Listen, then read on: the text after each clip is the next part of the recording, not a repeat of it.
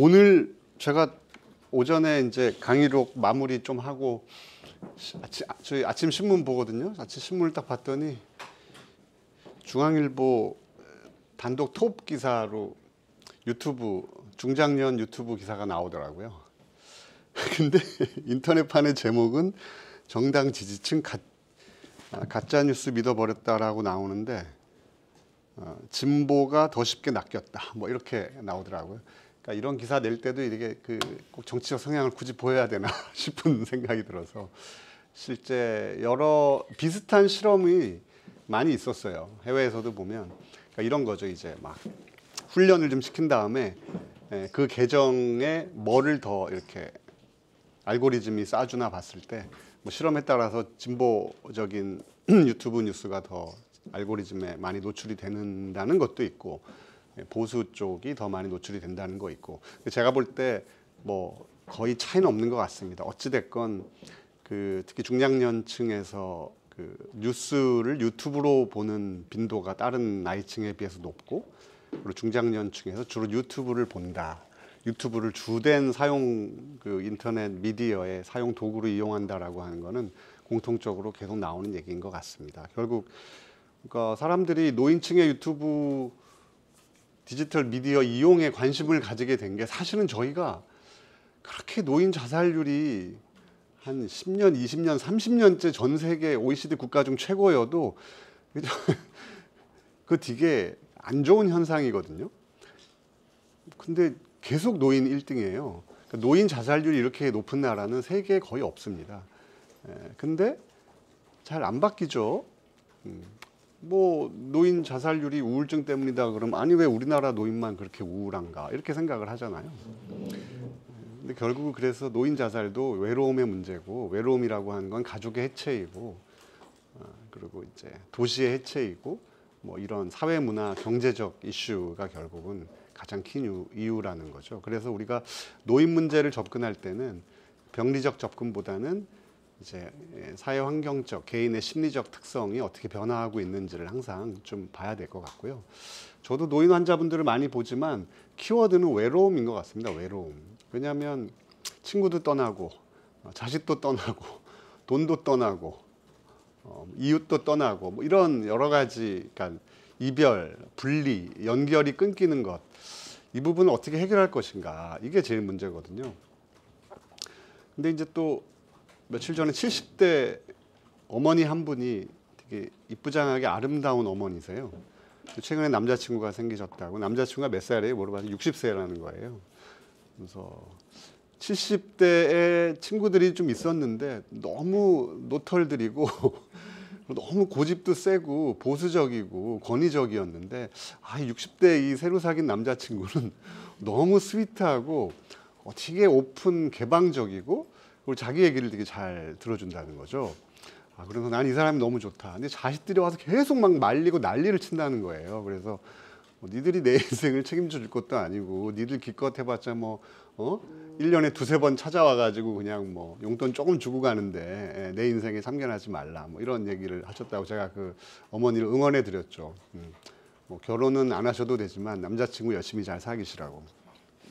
결국은 이게 우리가 이제 노인이 어쩔 수 없이 이제 패턴 변화하는 거 보면은요, 보시면 60세 이상 인구가 한 65세 이상 인구가 60세 이상 인구는 한 40%, 65세 이상 인구는 한 25%, 30%까지 가거든요. 그러면 사실은 우리나라는 이제 아이들이 저렇게 줄어도 줄어서 별로 신경을 안 쓴다는 것 같아요.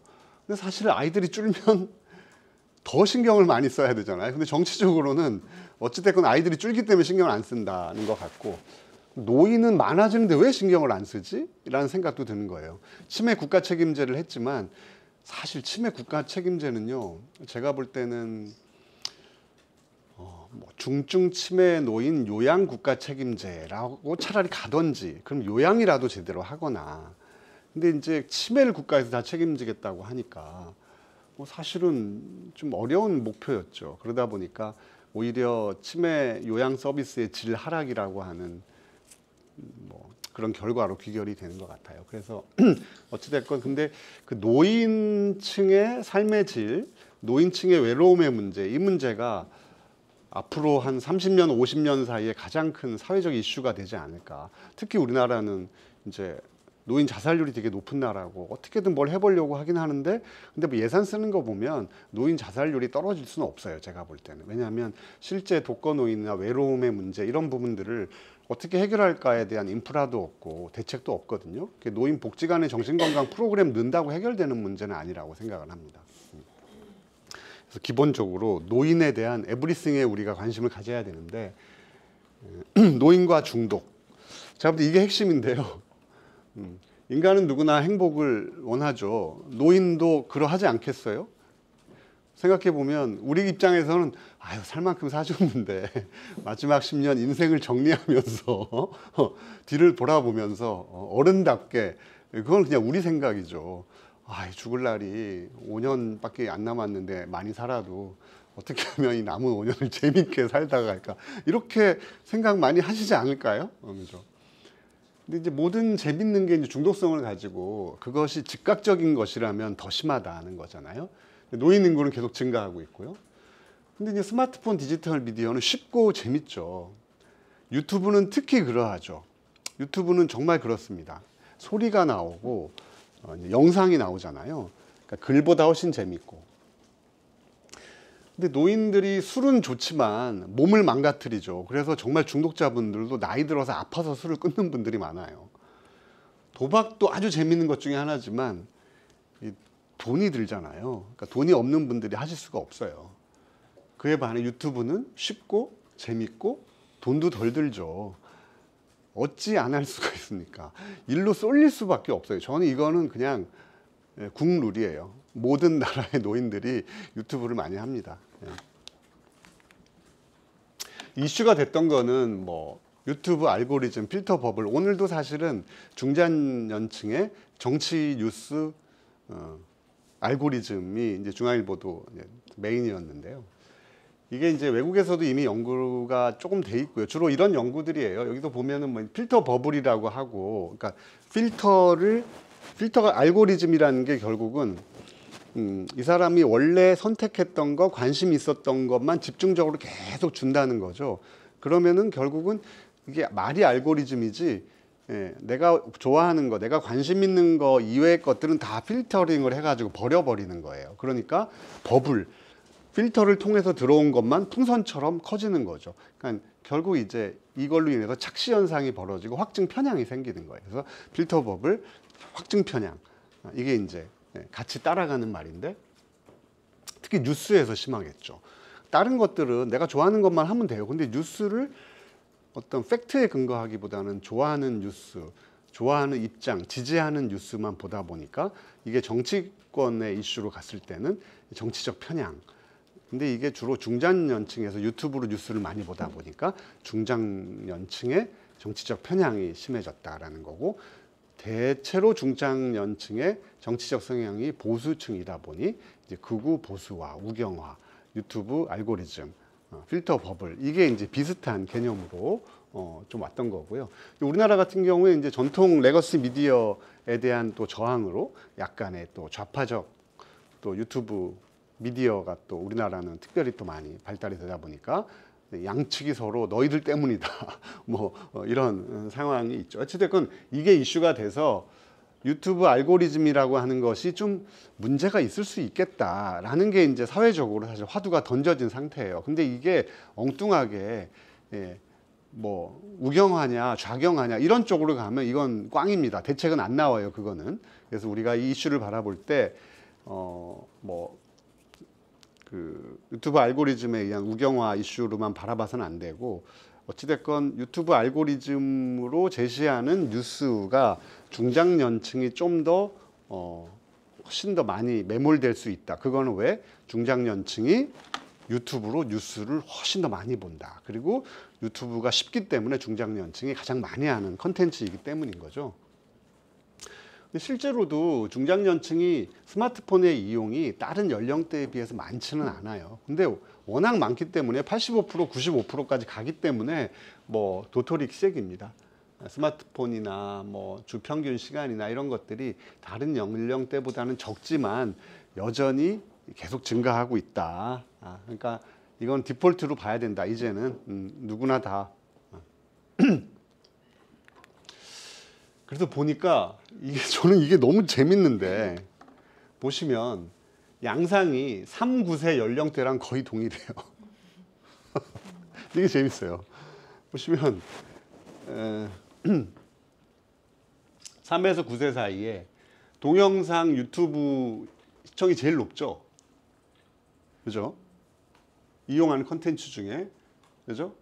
근데 이 연령대를 제외하고 나서는 동영상 유튜브가 제일 높아요. 물론 다음 네이버도 높긴 하지만 다른 연령층은 이게 이렇게 높지 않습니다. 유튜브 동영상 서비스가. 근데 60대, 70대에서만 그 네이버 다음으로 동영상 유튜브 콘텐츠가 제일 높아요. 그리고 인터넷 검색 시 신뢰하는 사이트 앱도 3에서 9세를 제외하고는 노인층에서는 유튜브입니다. 그러니까 결국은 노인들이 유튜브를 신뢰하고 유튜브를 본인의 거의 메인으로 생각을 한다. 물론 검색 네이버나 이런 것들은 이제 검색은 기본적으로 이제 네이버로 많이들 하시니까. 그래서 그리고 네이버 밴드나 뭐 이런 동호회 모임을 많이 하기 때문에 네이버도 많이 하죠. 그래서 근데 생각하면 이해가 돼요. 원래 3, 9세 사이가 그 좋아하는 거 호불호가 되게 강한 때잖아요. 그리고 60대, 70대가 되면 잘 안 바뀌죠. 내가 좋아하던, 여태까지 살면서 좋아하게 된 것과 싫어하게 된 것이 70대 때 갑자기 바뀌진 않죠. 그리고 인지적으로도 이제 아주 훌륭하게 나이 드신 분들은 나이가 들수록 이렇게 플렉서블해지고 여유가 생기지만 주변에 그런 분들 많이 없지 않나요? 보면 좀 더 고집이 세지죠. 아이들하고 비슷합니다. 그래서 하여튼 재밌는 현상이다. 그리고 온라인 미디어 서비스별 이용률을 보면요, 70세 이상에서 신문 보기가 가장 높아요. 그러니까 이 얘기는 뭐냐, 70세 이상은 스마트폰으로 그냥 뉴스 본다. 딴 거 거의 안 한다. 많이 하진 않지만 일주일에 평균 15시간 하는데 대부분 뉴스 본다. 이렇게 생각하시면 되는 거고요. 그리고 다른 연령대에 비해서 동영상 서비스 플랫폼에 대해서도 한 콘텐츠에 집중되고 특히 1인 미디어를 많이 본다. 그런 거죠. 그래서 결국은 중장년층, 1인 미디어, 뉴스, 유튜브. 이렇게 이제 이분들의 미디어 이용 패턴이 이제 거의 결정되고 있다는 거예요. 그러면, 결국은, 어떻게 접근해야 되는가, 이런 문제들을 이렇게 유튜브만을 계속 보다 보면 뉴스에 중독되진 않죠. 제가 말씀드린 건 뭐냐면 이 뉴스를 보는 이유가 그러니까 나를 지지해주고 나랑 생각이 동일한 것을만 선택하게 된다라는 거고요. 그러면요, 이번에 생각해 보세요. 서부지법 이제 난입한 사건도 보면 저는 이거를 이제 중독적으로 해석을 했는데 왜 그러냐면 내가 좋아하면 계속 하고 싶잖아요. 그걸 계속 선택하고 싶고 그걸 듣고 싶고 그 사람을 돕고 싶고 그 강도가 점점 세지는 거죠. 그 강도가. 술도 먹다 보면 계속 더 먹게 되잖아요. 그러면 어쨌든 유튜브 뉴스가 제공하는 컨텐츠가 뭐 부정선거고 죄가 없는 사람을 잡아간 거고 저들이 더 나쁜 사람인 거고 그 뉴스가 좋고 그 뉴스에 대해서 너무 통쾌하니까 그걸 계속 보는 거예요. 그런데 현실은 그거와 다르죠. 그러면 믿는 정도와 내가 원하는 갈구하는 정도가 점점 커지다가 결국은 어떻게 돼요? 이제 폭발을 합니다. 행동까지 하게 되는 거예요. 마치 이제 도박에 중독된 아이들이 도박 자금을 구하려고 인터넷에서 사기치고 뭐 이런 거랑 거의 비슷한, 중독이 심해지면 행동 문제, 기능상의 문제가 생기는 거죠. 그래서 우리가 걱정하는 거는 이 노인이라는 시기에 어떤 인생의 마무리와 인생의 어떤 만족, 이런 것들을 좀 융통성이 있고 성숙하게 우리가 얻어야 되는데 과도하게 자기의 정치적 입장만을 지지해주는 입장에 너무 과도하게 경도되다 보면 그걸로 인생의 행불행이 결정되는 이게 정치라는 게 그렇잖아요. 내가 원하는 대로 되나요? 예. 그러니까 이게 결국 불행해지고 사나워지고 정신적으로 되게 피폐해진다. 뭐 결국은 이런 결론으로 가지 않을까라는 생각입니다. 60대 남성 직업이 있는 분들이 인터넷 의존율이 높다. 근데 사실은 60대까지만 하기 때문에 제가 말씀드렸지만 인터넷 과의존, 스마트폰 과의존 실태 조사를 60대까지밖에 하지 않아요. 이게 잘못된 겁니다. 명확하게. 근데 이거 이렇게 얘기해도 70대가 들어갈까요? 제가 볼 때 안 들어갈 거예요. 왜냐? 예산을 계속 깎고 있어요. 예산을 계속 깎고 있습니다. 자, 그래도 보면 온라인상에서 획득한 정보가 신뢰할 만한지 판단할 수 있다 해서 그렇지 않다 60대 이상 44%예요. 나머지들은 다 그렇다 해요. 그러니까 50대까지는 내가 다 이거 판단할 수 있어. 이 정보가 맞는 건지 아닌지. 근데 60대가 지나면 좀 맞는지 안 맞는지 모르겠어. 그죠? 그런데 그 유튜브 뉴스에 대해서는 엄청나게 신뢰해요. 유튜브 뉴스는. 아마 사람이 직접 나와서 말을 하고 자료를 보여주고 근거를 얘기해주고 그런 것 같아요. 그러니까 다른 뉴스는 잘 못 믿겠고 유튜브 1인 미디어 뉴스가 제일 정확하고 나는 그냥 그것만 믿어. 결론적으로 그렇게 되는 것 같아요. 그래서 70대 디지털 미디어 유혹의 특징은 다목적 이론이 아니고 단일 초점적, 편향적 패턴을 보인다. 이제 이게 그냥 이거는 뭐 일부 제 뇌피셜이 섞여 있긴 하지만 그냥 아주 제한적인 국내 인터넷 과외존 실태 조사에 60세 이상, 65세 이상 자료를 근거로 해봤을 때 앞에서 보여드린 대로 뭐 이런 것 같고. 근데 이제 중요한 거는 이게 외롭고 고립돼 있잖아요. 사실 저도 오늘 이제 아침에 와이프랑 얘기하면서 저도 40대 이럴 때 보면 아우 아빠는 그냥 구닥다리야. 아우 뭐 어머니는 너무 그냥 고집이 세요. 부모님들하고 정치 얘기 잘 안 하죠. 아 엄마 아빠가 뭘 알아. 아우 저런 뭐 이런 얘기 되게 많이 사회적으로 다 노인들을 좀 무시한단 말이에요. 근데 그분들이 인터넷상에서 자기들의 생각을 지지해주고 여러분들이 애국이고 여러분들이 나라를 구하는 사람들이다라고 엄청나게 뻥을 맞으시는 거죠. 진짜. 그러면 그래 한번 내가 보여주겠어. 살아있어. 이런 식의 이제 그 전환이 일어난다. 그래서 사실은 시간은 짧지만 그 몰입도와 그 집중도가 엄청나게 강하다는 거예요. 그리고 그것이 하나의 정치적 시기와 맞물릴 때는 이제 난리가 날 수 있었다. 우리가 이제 목도를 한 것이 아닌가라고 생각을 합니다. 이제 뭐 연구들도 보면 저희가 이제 관찰한 거와 거의 연구 결과를 보면 일치합니다. 고립감이 높은 이제 장년 노년일수록 스마트폰 의존 가능성도 증가하고, 그리고 자아 통제감, 사회적 지지, 자기가 나를 스스로 통제할 수 있다거나, 그리고 사회적 지지가 높은 사람일수록 외롭고 고립감이 있음에도 불구하고 스마트폰에 의지하는 비율은 좀 줄어들더라. 뭐 이런 내용이 있고요. 가족 지지가 완화 요인이다. 그래서 제가 그 처갓집에 갔다가 어머니가 하시는 말씀을 듣고, 실향민이시거든요. 게다가 이제 북에 145태 때 내려오신 분이니까 어떤 성향인지 알 것 같잖아요. 근데 엄청나게 충격적인 얘기들을 많이 하시더라고요. 부정선거부터 시작해가지고 뭐 문재인 딸이 음주운전 했는데 김호중은 구속시키고 왜 문재인 딸은 구속을 안 시키냐고, 뭐라고요 어머니, 뭐 이런 얘기를 너무 막 자신감 있게 하시는 거예요. 그러면서 그러고 보니까 좀 더 많이 찾아뵙고 좀 이렇게 심리적 지지와 사회적 지지를 더 많이 해야 되겠다, 이런 생각이 좀 들더라고요. 뭐 그런 부분이 있고요.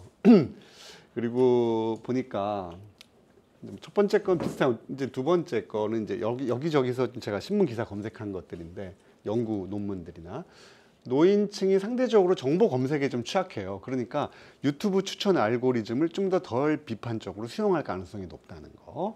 그리고 이 과정에서 이제 정치적 성향이 일치하는 거를 주로 봤기 때문에 약간 이게, 그러니까 중독이 보상이 되는 거예요. 내가 좋아하는 것만 좋아하는 거를 주는 게 유튜브 알고리즘이 이 노중장년층에는 그게 하나의 리워드, 보상으로 작용을 하죠. 그러니까 강화되는 거예요. 비판 없이 받아. 비판은커녕 너무 좋아. 정말 정확하고 이 알짜배기 같은 뉴스만 계속 유튜브로 나에게 주고 있어. 그러니까 술 먹는 사람이 자꾸 술 먹고 싶어 하는 거랑 똑같은 보상과 강화가 유튜브 알고리즘을 통해서 제공이 되는 거예요. 그리고 이제 이미지나 소리 중심의 영상이라는 것이 또 뭐죠? 노인분들한테도 좋은 거예요. 큰 소리로 화면을 꽉 채운 한 사람이 딱 나와가지고 명료하게 얘기를 해주잖아요. 딴 거 필요 없죠. 토론도 아니고 너무 좋은 거예요. 뭐 이런 부분들. 그래서 뭐 그래서 제가 아마 나중에 그리고 이제 이런 이제 중앙일보는 실험을 했더라고. 15명 계정 새로 만들었는데 이제 뭐를 더 많이 알고리즘이 제시를 하느냐. 근데 여러 가지가 있습니다. 보수 계정에서는 보수 성향의 영상이 더 추천되고 진보 계정에서는 진보 성향의 영상이 더 추천됩니다. 사실 알고리즘은 뭐 여태까지 내가 선택했던 걸 가지고 선택을 하기 때문에 근데 한두 번의 선택만으로 계속 그 선택에 일관되는 것만 주어주는 거예요. 근데 장사를 하는 입장에서는 유튜브는 유튜브 공간에 더 많이 머물러야 되고 한 콘텐츠를 오래 봐야 돈이 되는 구조잖아요. 1인 방송도 마찬가지죠. 그러니까 결국은 유튜브 방송 채널과 유튜브는 공생관계죠. 상호. 서로 이해관계가 정확하게 일치해요. 그러면 결국은 유튜브는 한 번이라도 봤던 거를 계속 줄 수밖에 없어요. 그거를 뭐 유튜브가 지구는 공정해야 돼 라고 막 각성해가지고 그런 알고리즘 하지 말고 일정 시간 정기적으로 뭐 균형 잡힌 콘텐츠를 주라 이렇게 법적으로 제한할 수 있을까요? 청소년에게는 알고리즘에 의한 콘텐츠를 제공하지 못하도록 하는 법이 만들어졌어요. 외국엔 만들어지고 있어요. 우리나라도 AI 알고리즘 규제법이라는 법이 이미 발의된 적도 있고요. 그거를 연구하는 의원들도 좀 있습니다. 근데 노인들한텐 아마 안 그럴 거예요. 근데 노인들은 유아동, 청소년도 아니고 유아동하고 이용하는 패턴이 비슷하잖아요. 그러니까 사실은 좀 문제가 될 수 있죠. 그래서 뭐 이런 부분들이 결국은 좀 크게 문제가 될 수 있다라는 겁니다. 정보 수집도 유튜브로 하고, 그렇죠? 아이들하고 좀 비슷한 것 같아요. 아이들이 근데 모르죠. 아이들이 이제 챗GPT를 이용할 가능성도 좀 많아요. 대학생들도 옛날에는 유튜브로 숙제, 과제 이런 거 하다가 지금 다 챗GPT 하죠. 근데 보니까 엄마 아빠가 챗GPT를 하면 앞으로 곧 어린 아이들도 챗GPT를 하게 될 가능성이 많고, 그리고 엄마 아빠들이 애들이 챗GPT를 하면 야, 너 이 신문물을 벌써 이걸 잘 이용하는구나라고 하게 둘 가능성도 아주 높습니다. 제가 볼 때는. 그리고 또 한 가지는 뭐 이런 거 진짜 많더라고요. 네이버에 60대 딱 치잖아요. 뭐 엄청 떠요. 다 그러니까 그 익명 게시판도 있고요. 그리고 노는 동호회 이런 거 엄청나게 많아요. 산에도 가고 맛있는 것도 먹으러 가고. 어떻게 보면 그래서 연구 결과 보면 그 스마트폰 인터넷 접근성이 좋은 중장년층이 우울도 덜 걸리고 사회적 고립감도 덜 느낀다는 거죠. 그래서 근데 이제 이게 정치적 입장을 가지고 동호회나 모여서 놀기 시작하고 이렇게 하다 보면은 이게 또 이제 약간 하나의 소정치 집단으로 또 변화되는 그런 부분들도 있고요. 실제 주제랑 관계없이 모인 방이지만 이 안에서 이제 정치적 이슈로 이제 그 동질감이 강화되는 그런 현상들도 많이 이제 발견되고 있다고 합니다. 실생활 문제는 사실 이게 노인들의 디지털 미디어 사용과 관련된 문제가 세계적으로 가장 먼저 문제가 됐던 거는 미국의 쇼핑 중독이에요. 미국이 땅이 넓잖아요. 그래서 미국은 특히 인터넷이나 홈쇼핑 전화로 이렇게 어른들이 혼자 사는 저 시골 미주리주라든지 미시피주 이렇게 넓은데 인구 밀도 낮은 저기 혼자 사는 노인들의 집에 전화를 해가지고 이제 그들은 이제 심심하고 하루 종일 말도 한마디 할 사람도 없는데 이제 콜센터에서 전화 오거나 인터넷에서 채팅으로 다 말을 해주니까 너무 많이 사는 거예요, 물건을. 그래서 노인들의 쇼핑 중독에 대해서 미국에서 연구가 되게 많이 돼 있어요. 그게 결국 이제 스마트 디지털 미디어 과의존 플러스 외로움 그리고 적절한 경제적 수준 이 합쳐지면 100% 쇼핑 중독 간다. 뭐 이런 연구들이 좀 나왔었고, 근데 우리나라에서 보이스피싱, 그렇죠?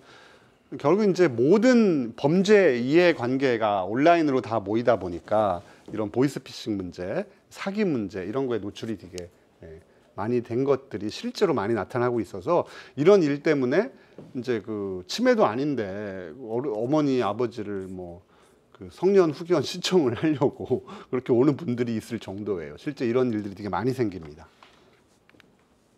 그리고 허위 정보, 코로나 팬데믹 때도 막 접종 예방 접종 안 맞겠다고, 백신 안 맞겠다고 하시는 어르신들 되게 많았잖아요.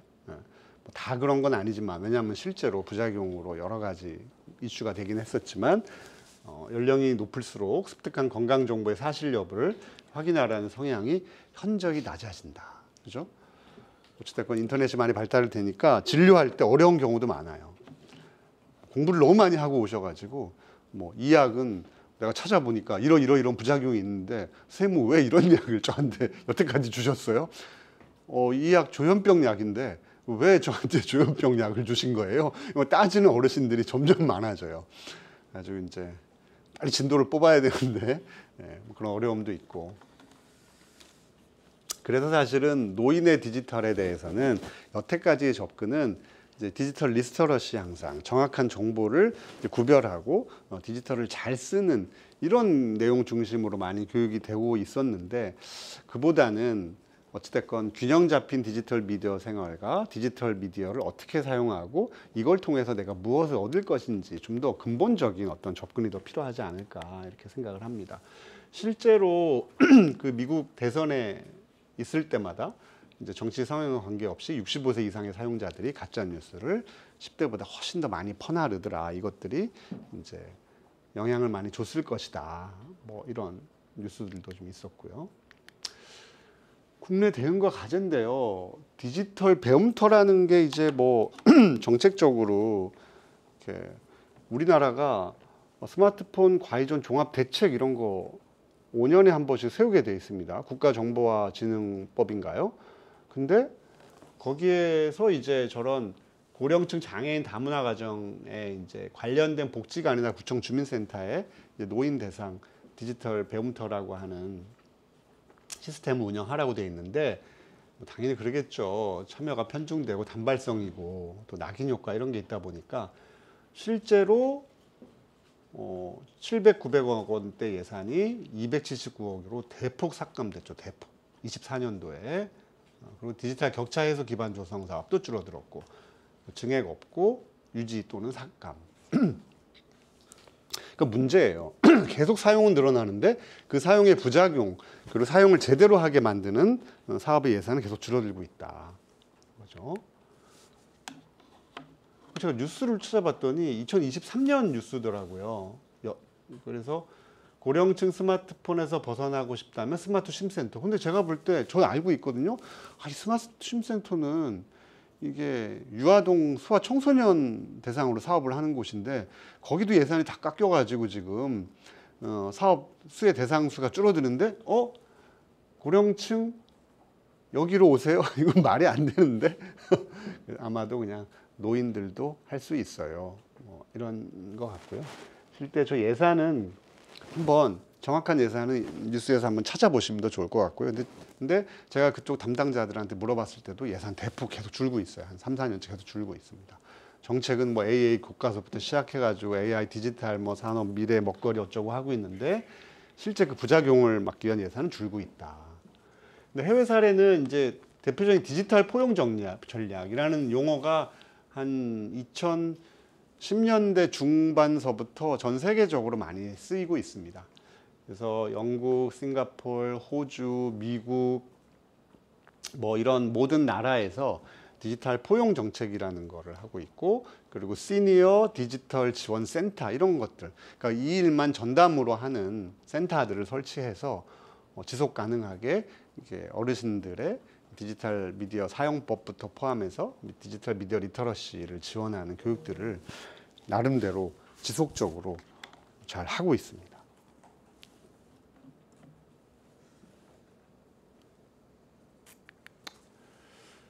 그래서 어떻게 해야 되냐 앞으로 제 생각에는 이게 결국 이제 연결성의 모든 중독은 결국 이제 연결성의 문제이고요.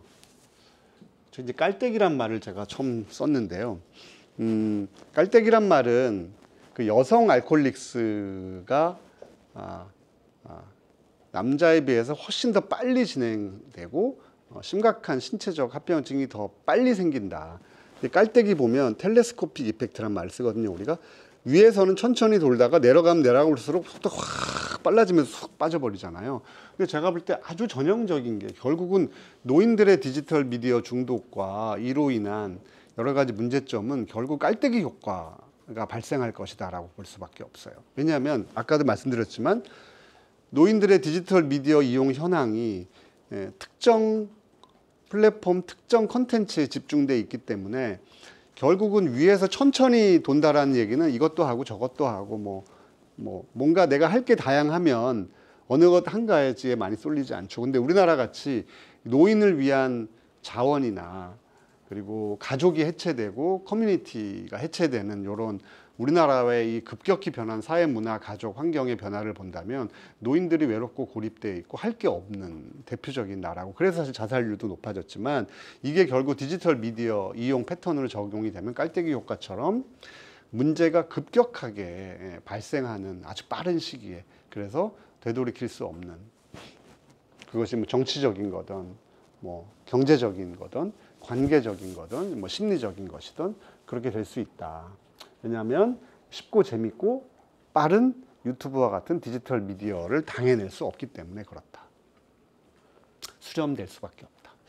그래서 결국은 어떻게 하면 노인층에서 디지털과 아날로그를 잘 조화롭게, 이건 사실 아이들도 마찬가지죠. 유아동들도 마찬가지입니다.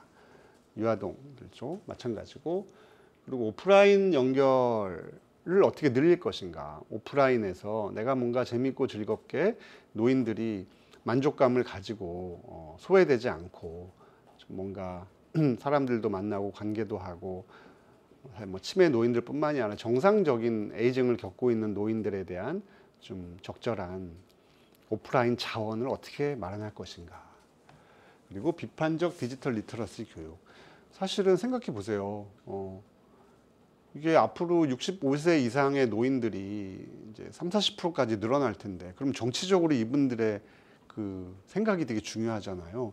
그럼 유튜브가 엉망이 되지 않을까요? 막 온통 난리가 나겠죠. 이분들을 우파 좌파에서 각자의 서로 정치적 우군으로 삼기 위해서 뉴스판이 더 난리가 나지 않겠습니까? 사회의 대결 양상도 커지고, 비판적으로 디지털 뉴스나 정보를 판단할 수 있는 것들을 좀 중립적 객관적으로 교육하는 것도 좀 필요하다라고 할 수 있을 것 같고요.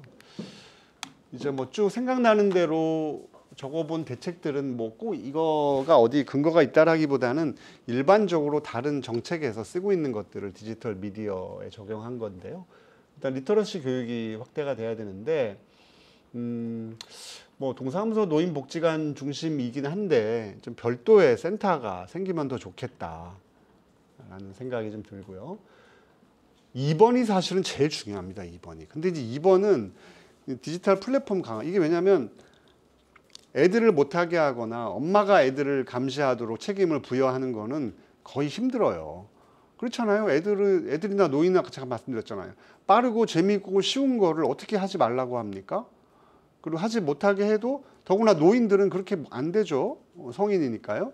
애들도 못하게 해봤자 다 해킹하고 다 뚫어서 다 합니다. 결국은 학교에 태블릿 다 나눠주잖아요. 지금 서울도 아마 다 나눠준 것 같은데, 게임 못하게 하고 인터넷 못하게 학교에서만 되게 하지만 다 뚫죠. 당연히. 예. 그래서 결국은 알고리즘 투명성 요구한다.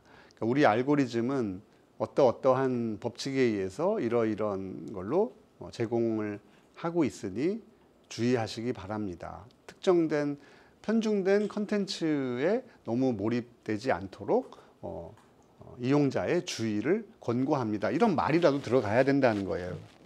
실제로 미국 그 서전 제너럴 비백머시가 2024년에 인터뷰한 거 보면 뭐 이건 청소년 얘기였지만 아동 청소년 SNS에 담배처럼 경고문구 붙여야 된다. 뭐 이런 얘기도 하고 그러잖아요. 그래서 제가 볼 때는 노인의 유튜브에는 본 알고리즘은 당신이 선택했던 특정 뉴스 컨텐츠와 비슷한 입장을 가진 컨텐츠를 지속적으로 계속 제공하기 때문에 주의하셔야 됩니다라고 잘 경고를 하든지, 그리고 노년층 타깃의 추천 컨텐츠 제한하고 팩트체크 경고 기능 강화.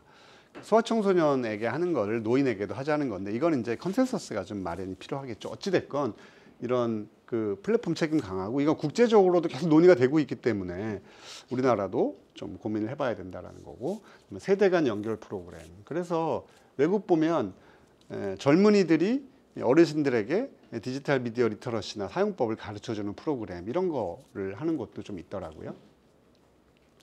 그리고 어찌됐건 정책적으로 이게 사실은 70대 해야 돼요. 노인 대상 미디어 영향 실태 조사를 인터넷 과외전 스마트폰 과외전 조사에서 넣고 노인에 적합한 문항이나 영향을 받는 문항들 어떤 폐해 갖고 이런 거 다 넣어야 됩니다. 완전히 새로 바꿔야 되는 거죠, 그죠?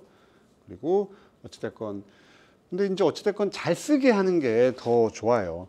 예컨대 커뮤니케이션하고 다른 사회적 자원들하고 리소스하고 연결되는 차원에서 인터넷만큼 좋은 게 없기 때문에, 하지만 피해를 줄일 수 있는 그런 것들이 잘 돼야 된다. 지금은 주로 발생할 수 있는 피해를 줄이는 것보다는 어떻게 하면 잘 쓰게 접근성을 늘릴까 차원의 리터러시, 이용법 교육이 훨씬 더 많아요. 근데 제가 볼 때는 결국 재밌고 편하고 즐거운 거는 점점 더 하게 되고 중독적 사용으로 진행이 되고, 중독적 사용으로 진행이 된다는 게 결국은 그로 인해서 원래 내가 해야 될 인생의 태스크, 70대 이후의 인생의 태스크, 70대 이후의 일상생활의 기능이 영향을 줄 수밖에 없어요. 왜냐하면 중독이라는 게 깔때기잖아요. 쏠린단 말이에요. 그죠? 그래서 이런 것들이 좀 필요하다라고, 제가 뭐 슬라이드 준비한 거는 여기까지이고요. 불 켜고 한번 여러 기자님들하고 같이 디스커션을 해봐도 되게 재밌을 것 같습니다.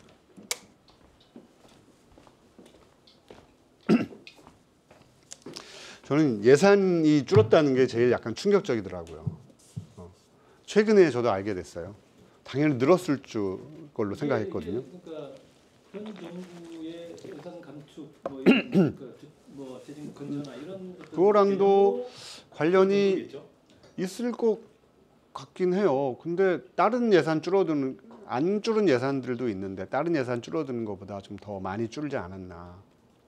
그래서 한번 유사한 다른 예산하고 좀 비교를 해봐도 좋을 것 같긴 하고. 근데 많이 줄었어요. 700억에서 200억이면 3분의 1 줄은 거잖아요. 근데 지역에서 스마트폰 과이존 문제, 특히 유아동 같은 경우에는 대책이 답이 없거든요. 그런 것도 있고요. 줄어든 이유가 뭐라고 생각하세요? 얘들이 줄어들면 뭔가 명분이 있을 거 아니에요? 줄일 때 뭐 명분이 별로 없지 않나요? 그 비용은 다른 데다 배치를 했어요.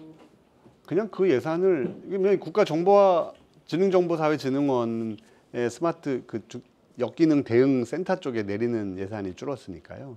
근데 그 공공기관이니까 국가정보사회진흥원은 이 사업의 목표나 무게가 역기능 예방보다는 AI 디지털 대전환, 진흥하고 뭐 빅데이터 구축 사업하고 요 R&D 예산은 많이 안 줄었어요.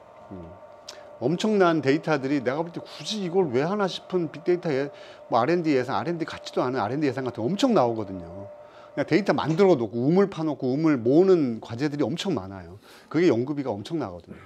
뭐 그런 영향 아닐까. 어쨌든 디지털 이 정보통신 분야에 속해 있는 예산이기 때문에 결국 제 생각에는 국가정보와 기본법상의 중독 예방 예산이 들어있다 보니까 고양이한테 생선을 맡기는 격이죠.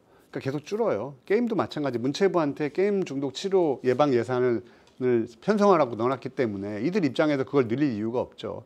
그래서 이게 건강 문제라면 건강을 보호하는 거를 미션으로 삼고 있는 보건복지부나 이쪽에 그 예산이 있어야 되는 거고, 이게 리터러시 교육이나 그 노인층을 보호하고 육성하는 예산이라면 교육부에 놓던지, 아니면 노인층은 뭐 어디다 넣어야 되죠? 뭐 고령화 위원회에다가 예산을 넣던지. 그러니까 그들을 보호하는 정체성을 가진 곳에 예산을 넣어야 되는데, 이게 다 관련 산업이 있는 곳에 그 예방 예산을 넣은 것이 근본적인 이유라고 저는 생각해요. 제가 봐도 그런 것 같아요. 네. 과기정통부에서 주로 이 의존 문제, 디지털 의존 문제 이런 걸 다루다 보니, 네. 근데 이제 복지부에는 사실 뭐 물질 중독과 네. 물질 행위 중독도 지금 뭐 게임 이런 그래서 뭐 거- 선제적 대응, 이용장의 선제적 대응이라는 목표가 있긴 있었어요. 근데 선제적으로는 뭐 아무것도 안 하긴 했지만 정신건강 종합대책에 있긴 있었거든요. 그래서 저는 차기 정부에서 이거 해결해라. 사감위에서 도박관리 예산되어 있고, 그 과기정통부 국가정보화기능법 그에서 그 예산이 있고, 다 그걸로 돈을 벌고 그 산업을 진흥하는 정체성을 가진 부처와 법안에 그 예방하는 예산을 넣어놓은 이 구조로는 이게 새로운 시대의 이 건강 문제를 해결할 수 없다. 그죠? 이렇게 좀 세게 빡. 아니 근데 그러면은 네. 결국은 이제 예산을 앞으로 그러니까 이걸 치료나 어떤 건강 문제로 다루려면은 복지부 그죠? 쪽으로 네네. 이제 뭐한그 그렇죠. 정신건강의학과나 이런 쪽에 그렇죠. 네네. 한 카테고리를 넣어서 그죠. 또 거기도 이제 뭐 행위 중독도 있고 물질 중독도 있지만 행위 네, 아니면 중독도 뭐 포함하니까 복지부를 주관으로 해서 범부처 거버넌스를 만들어도 좋고요. 범부처. 적어도 최소 그 정도까지는 돼야 된다. 네. 이게 근데 사실 아까 그 물질 중독과 물질이 아니라 행위 중독과 비슷한 거잖아요. 근데 그렇죠. 이게 네. 보면은 뭐 중독이라는 게 의존과 금단인데 의존은 알겠는데 네네. 금단도 좀 이런 근데 그- 합니까? 제가 볼 때는 서부지법은 금단 증상 아닌가요? 그거를 봐야 되는 건가요? 금단 증상 아닌가요? 내 눈앞에 있던 우리 Y가 오늘 없어졌어. 이제 볼 수 없어. 약간 저는 이건 금단이다. 거의 금단 선망 수준이다 이렇게 생각했거든요. 그래서 제가 볼 때 이런 거를 이제 복지부 이런 쪽에 예산을 가져와야 되고 네. 이쪽에서 해야 된다고 한다면은 네. 약간 진짜 이게 중독이라는 거를 보여주는 그 근거. 네, 그러니까 네. 예를 들면 뇌의 네, 네. 메커니즘 이런 거에 대한 연구까지도 좀 많이 나와서 네. 그런 거가 나와야 네네. 이게 그쵸. 있지 않다는 얘기죠. 근데 뇌 메커니즘 이런 거를 유튜브 중독이나 이런 쪽 갖고 연구되는 거는 지금 그 연구 네, 거의 없어요. 그나마 이제 게임이 있는데 그나마 있는 게임조차도 지금 뭐 여러 가지 이슈가 되고 있으니까요.